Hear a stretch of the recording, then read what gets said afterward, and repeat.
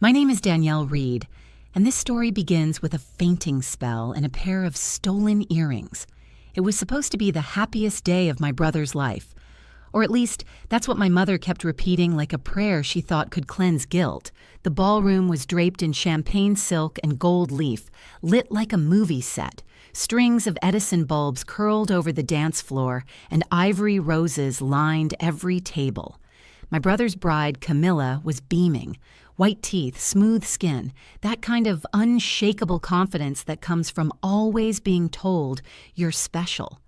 And then the police walked in. They didn't shout. They didn't storm the room or wave their guns. Just two officers walking in calmly, one of them holding a folder and the other scanning the crowd like he already knew where to look. Camilla's smile faltered the second their eyes met hers.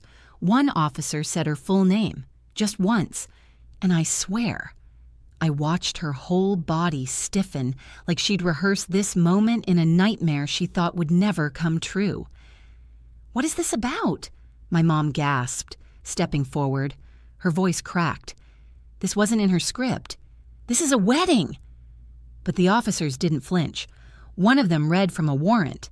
Something about possession of stolen property, antique jewelry, and a matching police report from out of state. My brother just stood there, completely useless, like he couldn't decide whether to defend his bride or let her fall. I didn't move. I didn't cry. I didn't ask questions or yell. I just watched as they led Camilla out of that overpriced ballroom in handcuffs, past the crystal centerpieces, past the live jazz trio, past the stunned photographer who kept snapping pictures, like this might still be part of the event. And my mother stared at me. Because she knew exactly what this was about. 3 months earlier, she'd told me, word for word, "You don't deserve the family jewels. You're just a divorcee." She said it without flinching, without a second thought. Like being divorced made me less of a woman. Like failing at a marriage meant I had forfeited all value in her eyes.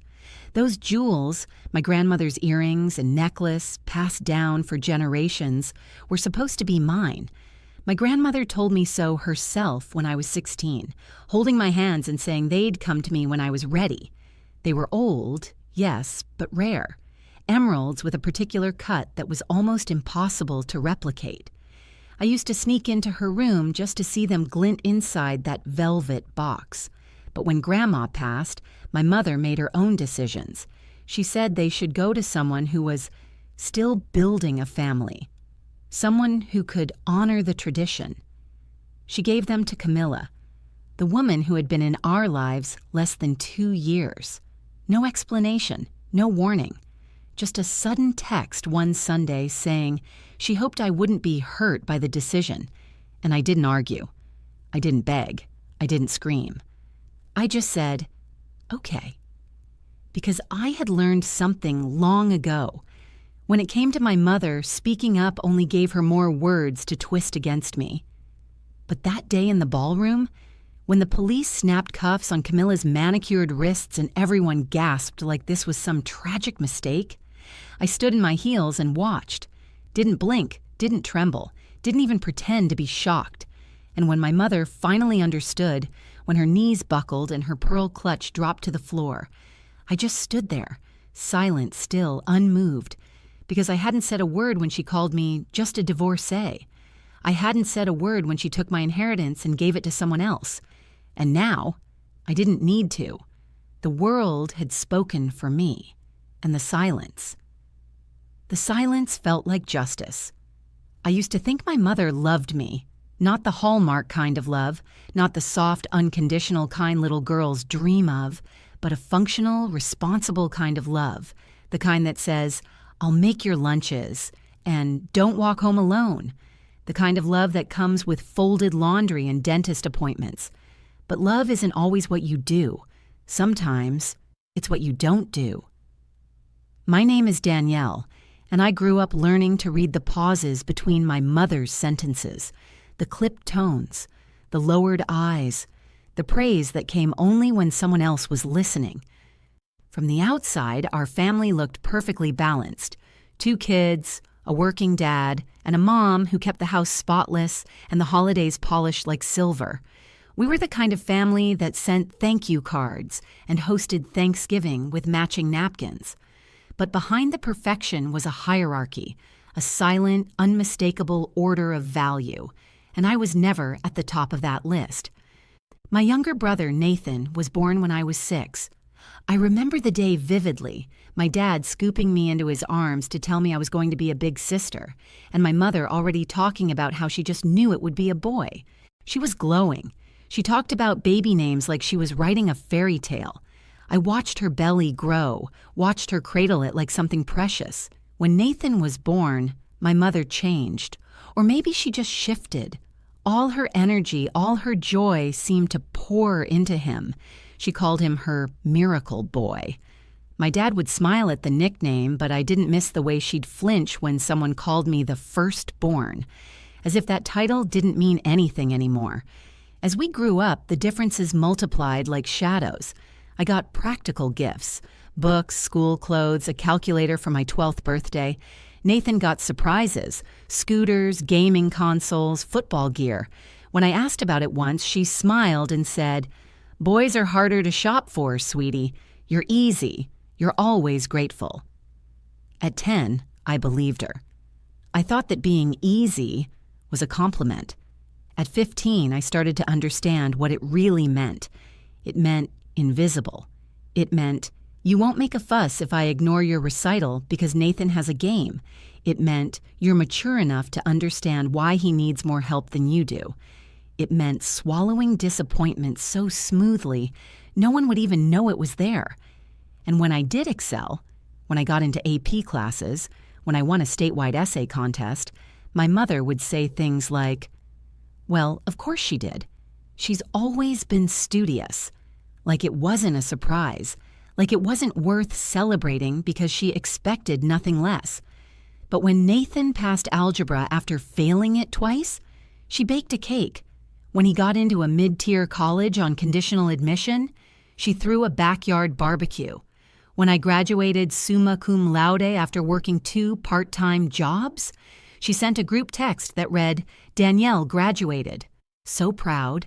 Nathan's thinking about law school now, too." That was her love. Measured, redirected, and always contingent on who else was in the room.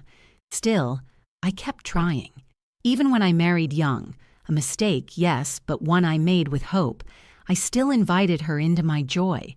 She helped pick the venue. She cried during the vows, and when things fell apart 4 years later, she didn't even call, just sent a 1-line email. Some things aren't meant to last. Focus on healing. But when Nathan got engaged to Camilla, my mother transformed overnight.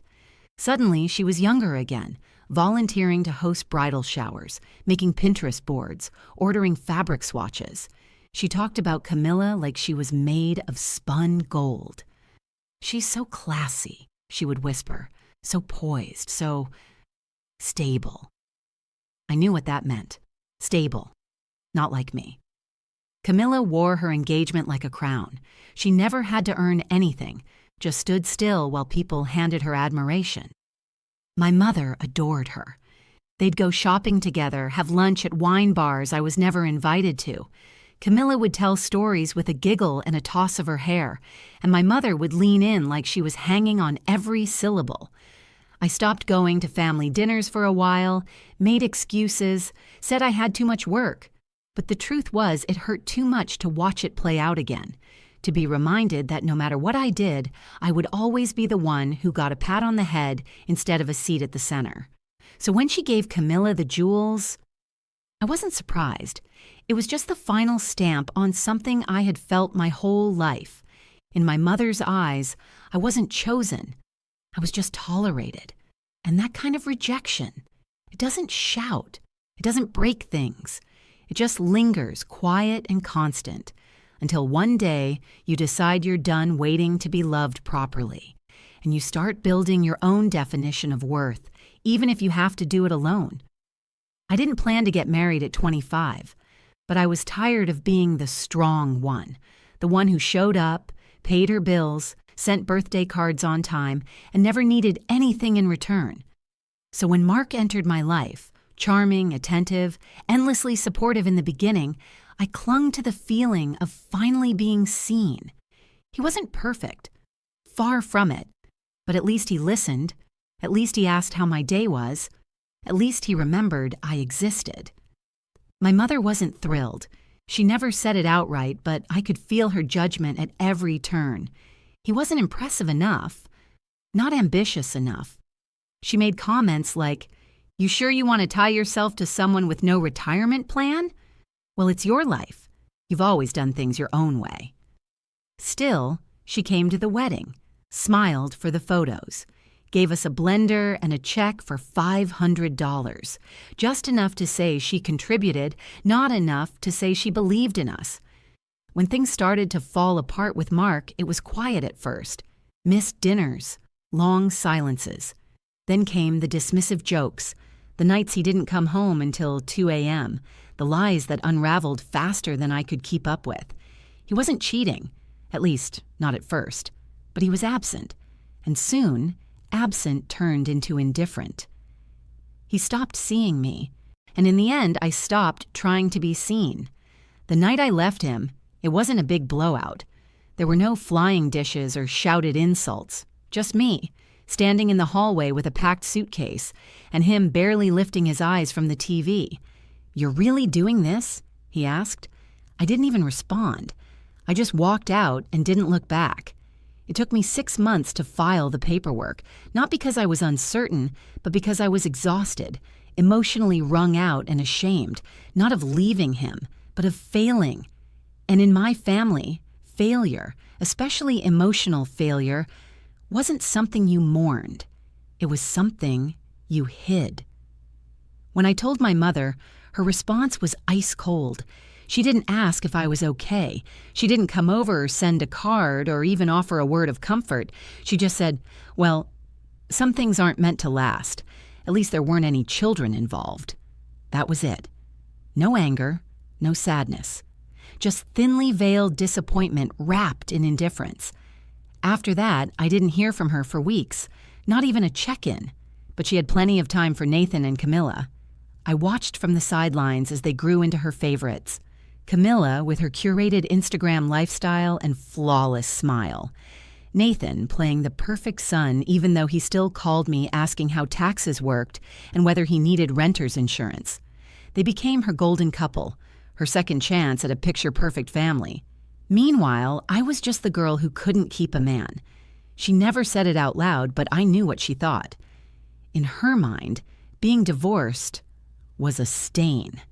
It didn't matter that I'd left with dignity, that I'd picked up the pieces, stayed working, stayed steady. To her, divorce was failure, and failure didn't get rewarded. One Sunday, during a particularly awkward family brunch, she looked across the table at Camilla, who was twirling a ring of champagne around her flute, and said, "When you inherit the family jewels, make sure you keep them in a safe. They're irreplaceable." Camilla laughed, a breathy, oblivious giggle. I froze. The words weren't for me, but they hit like a slap, because until that moment, I didn't know she'd already given them away. No conversation, no call, just a quiet transfer of what had once been promised to me, handed off like I had never mattered. Later that week, I confronted her, not angrily, not in a scene. I simply asked, "Why did you give them to her?" She looked up from her coffee cup, calm as ever. "Because she's part of a family now," she said. "She's building something that lasts. You've always been independent." There it was again. That word, independent. The pretty word people use when they don't want to admit they've left you to fend for yourself. The compliment they give when they don't plan to give you anything else. I didn't argue. I didn't cry. I just nodded, finished my coffee, and left her kitchen like a guest. It was the moment I realized I was never the daughter she wanted, just the placeholder she settled for until something shinier came along. And from that point on, I stopped trying to earn a place in her version of love. The jewelry wasn't just expensive, it was sacred. A necklace of Colombian emeralds, oval cut, each stone framed in a delicate platinum setting. Matching earrings with Art Deco filigree. My grandmother used to wear them twice a year, Christmas Eve and her wedding anniversary. She'd press them against her ears like armor, look in the mirror, and whisper, "These stones have survived 3 wars and 2 broken hearts. They were hers, then mine, until they weren't." I remember the last time I saw them up close. Really saw them. I was 17, helping Grandma wrap gifts. She let me try them on that night in her powder blue robe, her hair still damp from her evening bath. I remember how light they felt in my hands, how heavy they felt on my ears. And she said, with a smile that meant something, "These will be yours one day. You're the only one with the spine to wear them properly." It was her way. Tough love with a wink. She never had patience for pretense. When my mom fussed over pearls and pastels, Grandma would call them too soft for a hard world. So when she passed and the box didn't come to me, I assumed there was a delay, paperwork, probate, some reason. But there was no paperwork, no delay. There was just a decision, made quietly, made without me. The box had been sitting in my mother's dresser all along. I found out by accident when I was over one afternoon helping her sort a shipment of wine she'd ordered for Nathan's engagement party. She stepped away to answer a call. I opened the wrong drawer looking for scissors, and there it was, the velvet box, the one with my initials embossed in gold on the bottom. Grandma had added them years ago. "Just in case I go sooner than planned," she joked. I opened it and stared at the familiar glint of green and silver. Still there. Still flawless. Still mine, at least in spirit. My mother walked back in, saw the box in my hands, and didn't flinch. "Don't get sentimental," she said, setting her phone down. "They're going to Camilla. It just makes sense. She's starting a new chapter, and she looks like someone who'd wear emeralds." It wasn't a conversation. It was a decision, delivered like mail I never signed for. I didn't say anything. I couldn't. There was something stuck in my throat. Rage, maybe, or sorrow, too thick to speak through. I closed the box, set it back in the drawer, and left her house without finishing the wine order. That night, I sat on the floor of my apartment with a cup of tea that had gone cold, staring at nothing. It wasn't about the jewels. It was what they meant. They were the one thing that had been promised to me with no strings, no conditions, not based on who I married or how perfect I seemed. They were a tether to a woman who'd seen me, truly seen me, for who I was and loved me anyway. And now that tether was gone, given to someone who thought legacy was a caption and family was an accessory.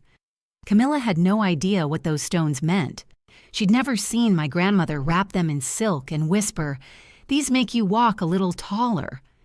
She'd never heard the story about how Grandma smuggled them out of a war zone sewn into the lining of her coat. To Camilla, they were just a pretty flash in wedding photos, a line in a caption, wearing vintage heirlooms passed down through generations. When I saw that post a week later, I didn't like it. I didn't comment. I just stared at it for a long time, heart thudding against my ribs, wondering if I'd finally reached the end of what I could swallow. But here's the thing about being dismissed your whole life. When it happens enough, it doesn't shock you anymore. It just confirms what you already knew. In this family, love is conditional, inheritance is performative, and loyalty is a one-way street. After that, I stopped showing up.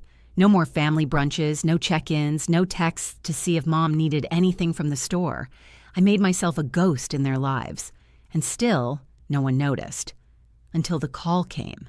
Not from my mother, not from Nathan, but from someone else entirely. A voice I hadn't heard in years.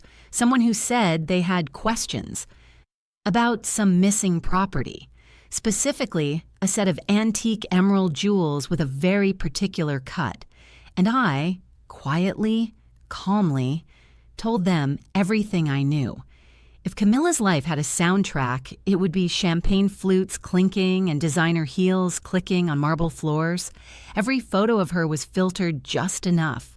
Every event she attended was an experience. She didn't throw parties. She hosted intimate gatherings. She didn't post selfies. She curated visual stories. Her life was crafted to look effortless, polished, enviable. And my mother? She ate it up like it was gospel. "Camilla has such grace," she'd say at dinner, her eyes lit up like a teenager talking about a crush. "She reminds me of the women I always admired, so composed." I'd nod silently, spearing overcooked green beans on my plate, while Camilla sat at the end of the table, laughing in that high, delicate way of hers. All she had to do was tilt her head, and my mother would leap to top off her wine. And the rest of us? We became furniture. Nathan, of course, didn't mind. He'd found the golden ticket, a beautiful wife who made their lives look like a glossy wedding magazine. He got to play the part of the husband who supported her brand while coasting on the attention she pulled into every room. They were the perfect pair, shiny, symmetrical, social. But perfection is a funny thing. It's only ever skin deep. The cracks started small, a brunch cancellation here, a tense smile there, a stray remark from my cousin Kara, who had been helping with their wedding planning. "You know, Camilla's not as sweet behind the scenes." I didn't ask what she meant. I didn't need to. I'd seen it too. Camilla had a temper, but it was the quiet kind, icy and sharp. She never raised her voice, but her silences were colder than any scream. I once watched her reduce a server to tears over a misplaced drink order, only to smile brightly when the manager arrived. My mother brushed it off as high standards, and she had expensive tastes to match those standards. That emerald set? It wasn't just going to be her something old. She'd planned the whole wedding aesthetic around it, a theme she called green elegance. Sage bridesmaid dresses, moss-lined centerpieces, tiny emerald crystals glued onto the seating cards, all built around my grandmother's necklace and earrings. I was never asked to participate. Not in the planning, not in the dress shopping, not even in the invitations, but I still showed up, because showing up had always been my role, the steady one, the reliable one. I came alone to the engagement party, wearing a simple black dress that I thought was elegant. Camilla took one look at me and said, "Oh, good, something neutral. You don't stand out too much in the photos." She said it with a smile. My mother laughed. I laughed too, quietly, like a reflex I didn't even know I had anymore, because standing out in my family was never a goal. It was a risk, one that always ended with me being called dramatic or ungrateful. So I let it go, again. But the truth was, I had stopped caring about the party. What I cared about now was the lie. The jewels were never Camilla's to wear, and I knew, without a doubt, she hadn't told anyone outside our family where they really came from, because she couldn't, because the story didn't match her brand. The problem with stolen things is they carry fingerprints. And when a family friend mentioned seeing similar emeralds in an online antique dealer's report, described as possibly misappropriated from a private estate, with a police file attached, I stayed quiet, but I didn't stay passive. I called someone discreetly, not with accusations, but with information. I gave them the serial photo of the necklace from an old family album. I forwarded the messages, the inheritance promises, the post from Camilla's page bragging about family heirlooms gifted by love. The officer I spoke with thanked me, said they'd be following up. That was all. I told no one. Not my mother, not Nathan, not even my closest friends. I kept living my quiet little life, going to work, cooking for one, reading in bed with the lights dimmed and the fan humming, all while the wheels turned behind the scenes, slow, steady, inevitable.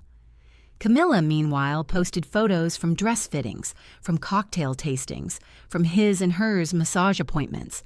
My mother shared them all, every story, every filtered moment. She called Camilla a vision and said things like, "She's the kind of woman who makes you believe in second chances." The irony nearly choked me, because I had been denied a second chance. I was punished for surviving divorce. Camilla was worshipped for surviving, what, a delayed catering invoice? But I didn't argue. I let the world keep spinning the way it always had, until it stopped on its own, until the perfect white wedding, the towering cake, the final toast, and 2 officers walking down the aisle straight toward the emeralds. You'd be surprised how quietly justice begins. It doesn't always start with sirens. Sometimes it starts with a gut feeling and a name that slips into conversation like a whisper, too faint to catch unless you're paying attention. For me, it started with a phone call from a woman I barely remembered, Elaine Bauer, my grandmother's old friend and estate lawyer. We hadn't spoken in over a year, not since Grandma's memorial service, but she called one afternoon while I was in the middle of a showing. "Danielle, I don't mean to interrupt, but I have a strange question about your grandmother's emerald set." I paused where I stood, in the middle of a sunlit kitchen with granite counters and a fake orchid centerpiece. "What about it?"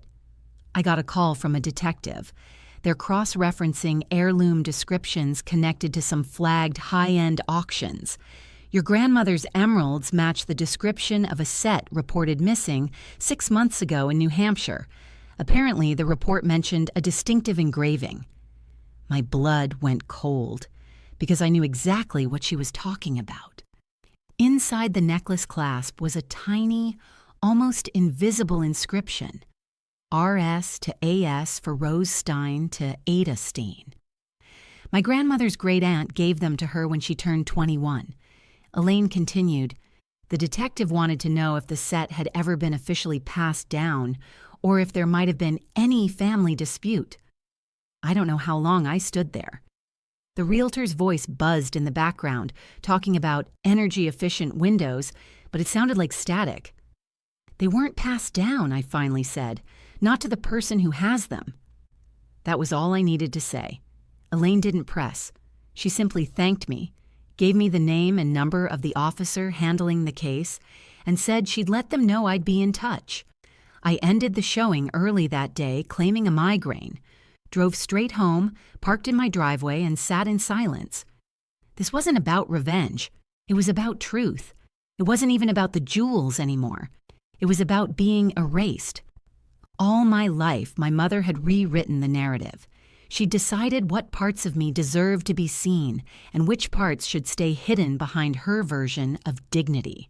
When I got divorced, she clipped my name out of family stories like I was an embarrassment she'd loaned her last name to. Now, she had taken something that was mine. Not legally, maybe, but ethically, emotionally, familially, and handed it to the woman who had replaced me in every photo, every plan, every gift list. But the world doesn't always follow your family's rules. Sometimes it follows evidence. So I called the detective. His name was Victor Rains, calm, methodical voice. The kind of man who lets silence do half the work. I didn't lie. I didn't exaggerate. I told him what I knew.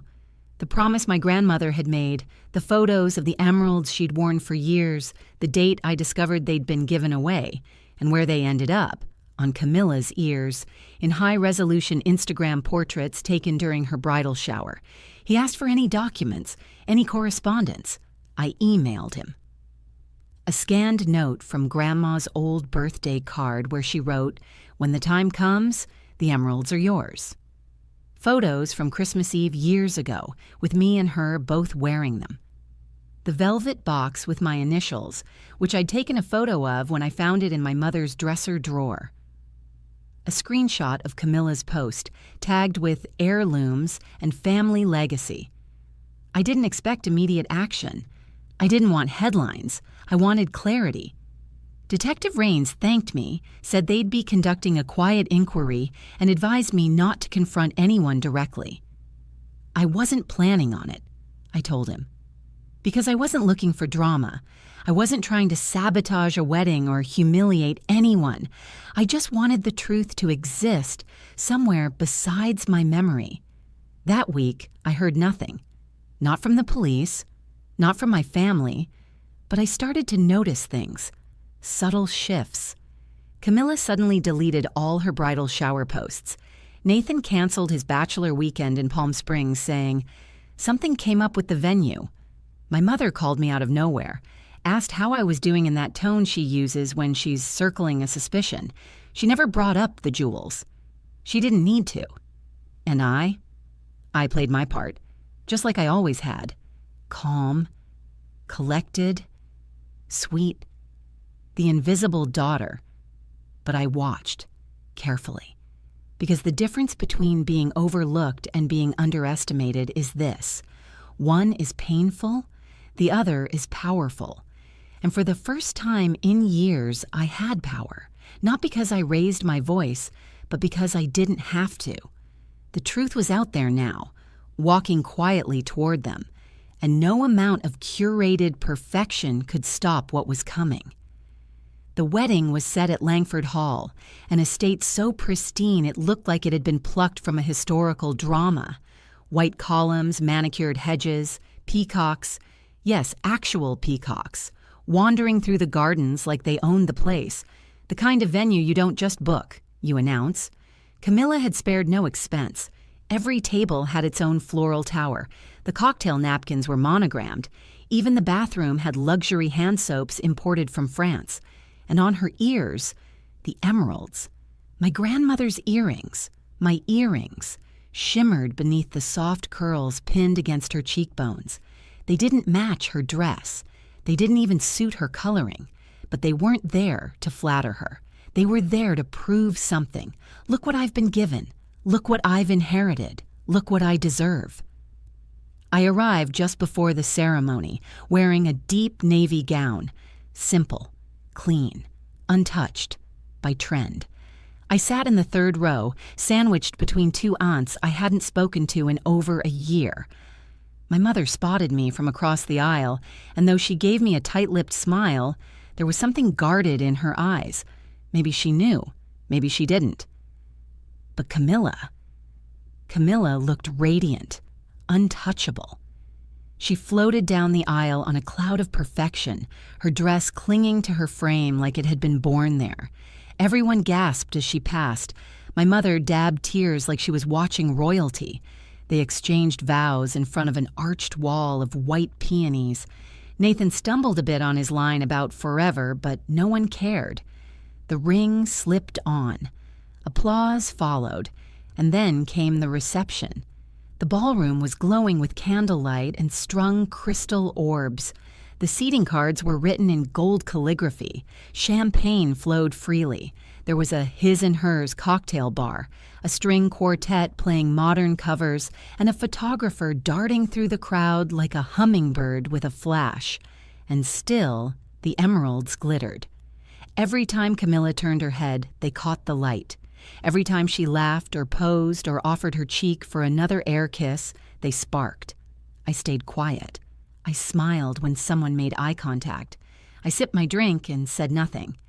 Because I already knew how this story ended. Midway through the reception, after the second course, duck confit with truffle risotto, the lights dimmed slightly for the speeches.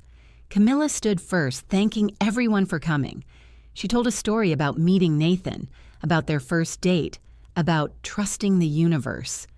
My mother beamed like she was on stage herself. Then Nathan spoke, nervous, wooden. He called Camilla his rock, his anchor, and then mumbled something about how lucky he felt. People clapped.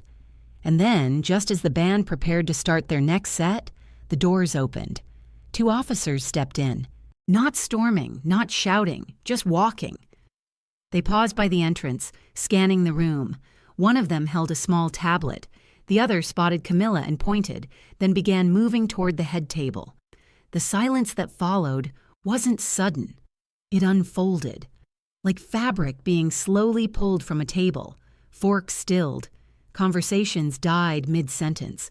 The string quartet faded awkwardly into nothing. I watched it all, a calm ripple of breath in a sea of stunned expressions. Camilla stood, straightened her dress, smiled, confused maybe, but still posing. "Excuse me, ma'am," one officer said, not unkindly. "We need a moment of your time." Camilla blinked. "Right now?" The room held its breath. Nathan stood beside her. "Is something wrong?" "We have a warrant regarding possession of stolen property," the officer said. And then it was over. In seconds, Camilla's hands were behind her back, the clasp of the emerald necklace pressed against her collarbone. Her earrings glinted one last time under the chandelier. The murmur turned to shock. The photographer's flash paused. Someone gasped. My aunt dropped her fork. And my mother looked at me. Not at Camilla, not at the police, at me.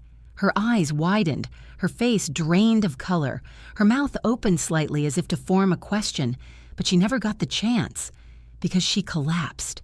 Right there in the middle of the room, a sudden boneless crumple onto the marble floor, her heels skidding out from under her. Guests rushed to her side. Waitstaff called for help. Camilla was still being led through the lobby, her hands bound, her hair unraveling. The emeralds, my grandmother's legacy, were still on her, shimmering like nothing had happened at all. I didn't move. I didn't flinch. I just sipped my champagne and watched, not out of cruelty, not for revenge, but because finally everything my mother built on denial and dismissal had fallen apart in full view of the people she wanted to impress most. And I had said nothing. I hadn't screamed. I hadn't begged. I hadn't even argued. I'd simply refused to be erased, and the world had filled in the blanks without me. The silence in that room said everything I never had to. The wedding was over, long before the band played a single note of the second set. Camilla was escorted out in full view of every guest. The emeralds were still on her when the police led her through the grand archway and into the waiting cruiser, but they were taken into evidence soon after. The photos went viral within hours. Someone's cousin leaked a grainy video to a gossip site, and the headline hit the internet like wildfire. Bride arrested during wedding reception for jewelry theft. No names were used at first, but it didn't matter. Everyone in our town knew. Everyone at that wedding certainly did. The woman with the emeralds, the matriarch who swooned and collapsed, the older sister in the third row who never moved, never spoke, just watched. I left before the ambulance arrived for my mother. I didn't offer to ride with her. I didn't call Nathan to check in. I didn't even send flowers. I went home, kicked off my shoes, poured a glass of wine, and sat in the quiet. It felt like standing on a shore after a storm. Debris everywhere, but also peace. The kind of peace that doesn't come from winning. The kind that comes from refusing to lose yourself anymore. My phone rang 12 times that night. 3 calls from Nathan, 4 from my mother, 5 from numbers I didn't recognize. I didn't answer a single one. By morning, my inbox was full of messages. Aunts, cousins, even my father, who had stayed conveniently quiet through the years, now had plenty to say. Some begged me to call. Others scolded me. A few tried to guilt me into cleaning up the mess. But I wasn't the one who made it. And for once, I wasn't going to pretend I had. That week, everything changed. Nathan moved back in with our parents while they tried to figure things out. Camilla's legal team went into overdrive trying to spin the story. She claimed the emeralds had been gifted to her, that she had no idea they were in dispute. But heirlooms come with history. And that history had receipts, the engraved clasp, the card from my grandmother, the velvet box with my initials embossed in gold. Every lie she'd told had been threaded over truth too old and too heavy to ignore. She wasn't charged with grand larceny. It didn't meet the threshold. But she was charged with possession of stolen property and obstruction for refusing to comply with early interviews. Her brand sponsorships dropped her almost overnight. Her wedding planner released a statement distancing herself from the couple. The venue refused to refund the remaining fees. And my mother? She stayed quiet.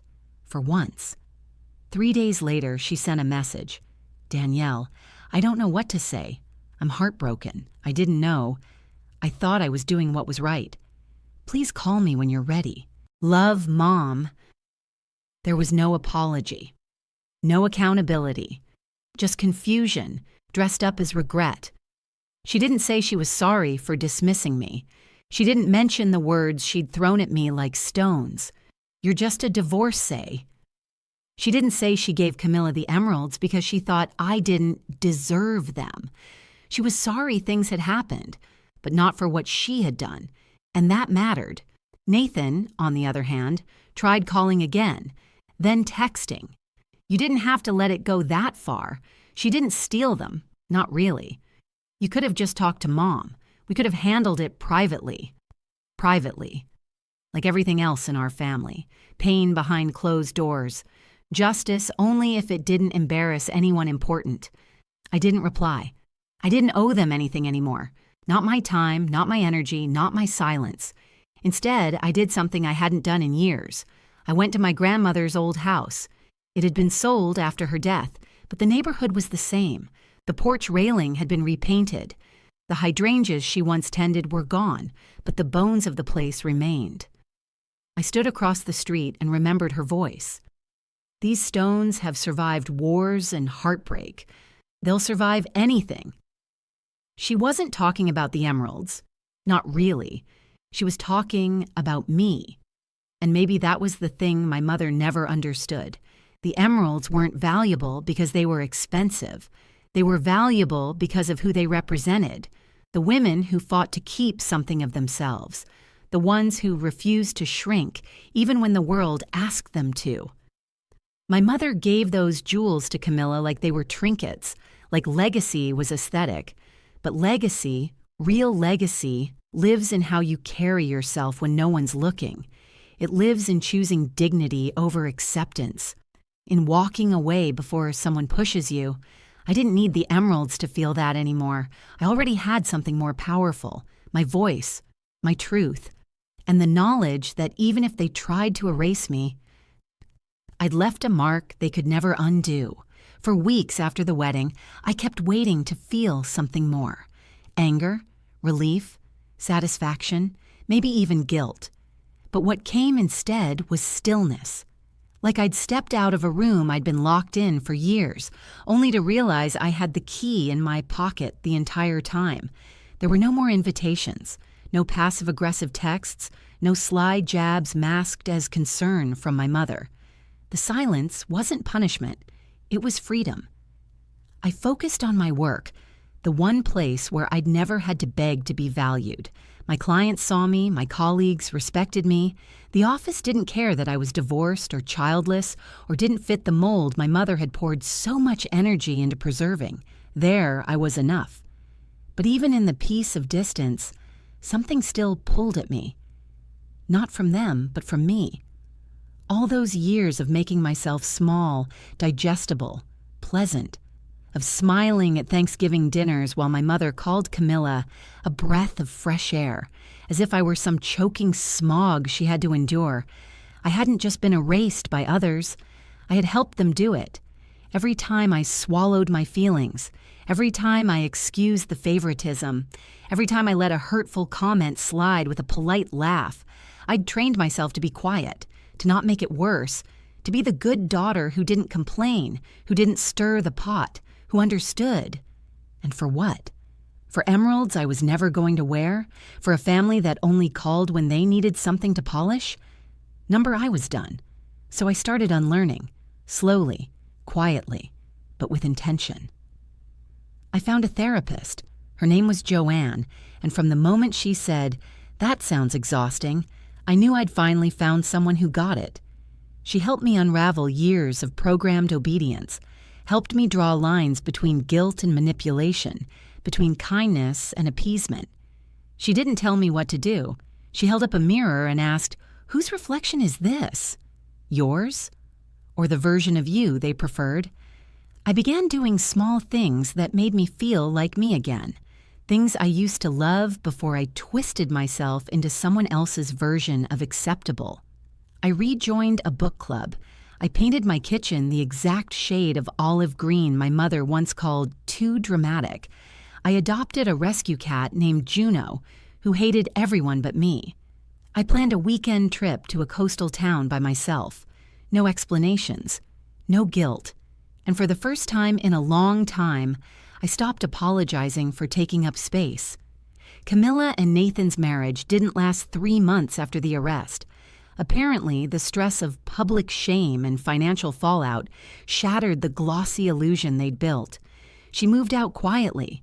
No posts, no captions, just a deactivated Instagram account and an abandoned Pinterest wedding board. I didn't reach out, I didn't gloat, because this was never about her. It was about me. One morning, I received an envelope in the mail, no return address. Inside was a folded letter in my mother's handwriting. No salutation, no "Dear Danielle." Just 4 sentences. I've been wrong more times than I can count. I see now how much I hurt you. If you ever decide to forgive me, I'll be here. I hope someday you wear the emeralds with pride. No apology for calling me a divorcee. No mention of the way she reduced my worth to a marital status. Just a vague, brittle attempt to patch something that had been torn long before Camilla ever entered our lives. I folded the letter back up, tucked it into a drawer, and left it there. Not because I hated her, but because forgiveness without accountability is just permission for it to happen again. I wasn't ready, and maybe I never would be. I didn't need the emeralds anymore. I didn't need the apology or the ceremony or the mother who only recognized value when someone else validated it first. I had me, all of me. The strong, flawed, quiet, powerful woman who'd been standing there the whole time, and I finally understood. I wasn't forgotten. I had simply outgrown the version of love they were capable of giving. That wasn't my shame to carry anymore. It never was. A few months after the wedding, I was sitting in my living room, feet curled under a blanket, cup of tea in hand, Juno curled up on the window ledge, when a memory came to me. Not a loud one, not a painful one, just a simple image. My grandmother brushing my hair while I sat on the floor in front of her chair. We weren't talking. We didn't need to. She was humming something soft and old, fingers moving gently through my hair, and every now and then she'd tap my shoulder to sit up straighter. "You carry yourself like your worth is borrowed," she once said. "You don't need to ask the world for a receipt. You already own it." At the time, I didn't understand. I was 11 and awkward and desperate for approval. But now? Now I understood exactly what she meant. Because for so long, I had let other people tell me what I deserved. My mother, my brother, Camilla, even strangers who saw me as the background figure in someone else's success story. But standing in the wreckage of a life I no longer needed to explain, I realized something powerful. I am the legacy, not the jewels, not the house, not the name, me, my resilience, my decisions, my refusal to disappear, even when I was being edited out of the picture. That understanding didn't come with confetti. There was no final showdown, no magical moment of reconciliation. But it came with peace. It came when I walked into a local gallery and saw a painting I loved and bought it without asking anyone's opinion. It came when I stood in my kitchen, barefoot and alive, cooking for no one but myself, humming something I didn't even recognize. It came when I deleted every message from family members who only reached out when the gossip dried up. It came when I lit a candle in my grandmother's old glass holder and whispered, "I'm okay now." Not perfect, not healed all the way, but okay. I even started dating again, not searching, just allowing. There was no rush, no pressure, just quiet dinners and deeper questions. And one man in particular, Simon, who asked me on our 3rd date, "Tell me something about your family that made you stronger." I paused for a long time. Then I said, "They taught me how to survive being unseen and how to never let that happen again." He didn't flinch. He didn't try to fix it. He just reached across the table and said, "Then they didn't fail you entirely. They helped you become someone they couldn't contain." That stuck with me. Because it's true. Every wound they gave me became a boundary. Every dismissal became a gate I closed. Every time they made me feel small, I grew something inside of myself to rise above it. I didn't get the apology I deserved.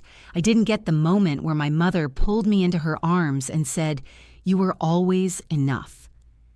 But I gave that moment to myself.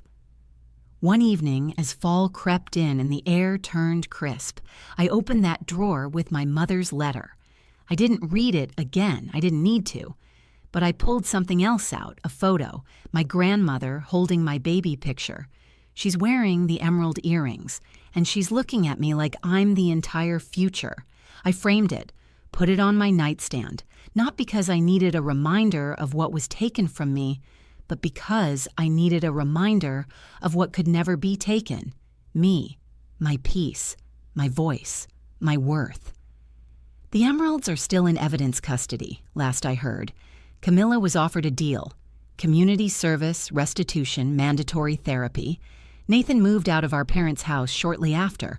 No one mentions the wedding anymore. But I know it lives in them. The silence says everything. And me, I'm not angry anymore. I'm busy, I'm building, I'm becoming. I've created a life that feels like mine, not borrowed, not scripted, not waiting for approval. A life where I can wake up, look in the mirror, and know exactly who I am. No mother, no brother, no misplaced inheritance required. I am not the girl who got left behind. I am not the sister who sat quietly while they handed my history to a stranger. I am not just a divorcee. I am the woman who chose to stop explaining, stop waiting, and start living. That is my legacy. That is my inheritance. And that, more than any emerald in the world, is what I was born to claim. 6 months after the wedding, I hosted a dinner at my apartment. Not a statement, not a celebration, just a quiet meal with people who saw me, truly saw me. Rachel, my oldest friend, brought her infamous sourdough rolls and a bottle of wine she'd been saving for something significant. Maya, my coworker and part-time therapist by default, brought candles and her easy laughter. Simon, who had since become something more than just someone I was seeing, offered to cook, but I said no. This was my night. I made the food myself. Rosemary roast chicken, caramelized carrots, wild rice with garlic and herbs. It wasn't about impressing anyone. It was about feeding myself in every sense of the word. We ate slowly, in the warm light of my kitchen, surrounded by soft music and mismatched plates I loved because I'd chosen everyone. And at one point, Rachel looked at me across the table and said, "You're different. It's like you're not carrying something anymore." I smiled, because I wasn't. For years, I had carried expectations I didn't sign up for. I carried the weight of being strong for a mother who only admired fragility when it came with a flawless face. I carried the silence of never being chosen. I carried the shame of being called less than, because I had the courage to walk away from a man who treated me like furniture. But that weight was gone now. Piece by piece, I had set it down. There was no ceremony for it, no family reunion, just a quiet choice to stop showing up for people who never made room for me. That includes my mother. She's tried, in small, hesitant ways, to reopen the door. A few texts here and there. An invitation to Easter brunch I never answered. A card on my birthday with a handwritten note that said, "You're always welcome whenever you're ready." But being welcome in a house that treated me like an afterthought wasn't healing, and I was no longer desperate for a seat at a table that had been set to exclude me. Forgiveness, I've learned, isn't a door you open for others. It's a window you crack for yourself so you can finally breathe again. I don't hate her, but I don't need her either. The woman I've become, the one laughing around a candlelit table with people who love her for exactly who she is, was born the moment I realized that my value wasn't conditional. It wasn't about the emeralds. It wasn't about being married or single. It wasn't about being polite or impressive or easy to love. It was about choosing myself. That doesn't mean it never hurts. There are still days I miss the idea of a mother who could have protected me, a family that could have stood beside me instead of behind a curtain of silence and shame. But I also know that those absences gave me space to grow. In therapy, Joanne once said, "Sometimes the most profound freedom is losing the people who never saw your worth." She was right. Because once they were gone, I found something else. I found me. I stopped living like a backup plan. I stopped dressing for someone else's comfort. I started writing again. I started saying no without guilt. I stopped shrinking to fit rooms that were too small for me. Even Juno noticed. I swear she's calmer now. Or maybe it's me. Maybe I stopped vibrating with all the tension I used to carry in my chest like a second heartbeat. The emeralds, by the way, were returned, quietly, without fanfare. A padded envelope showed up at my door.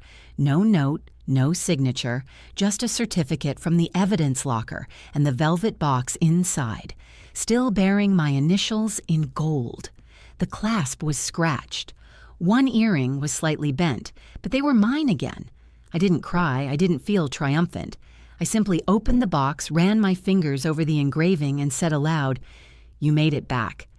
I haven't worn them yet, not because I'm saving them, but because I no longer need them to prove anything. They're a reminder, not of the betrayal, but of the resilience.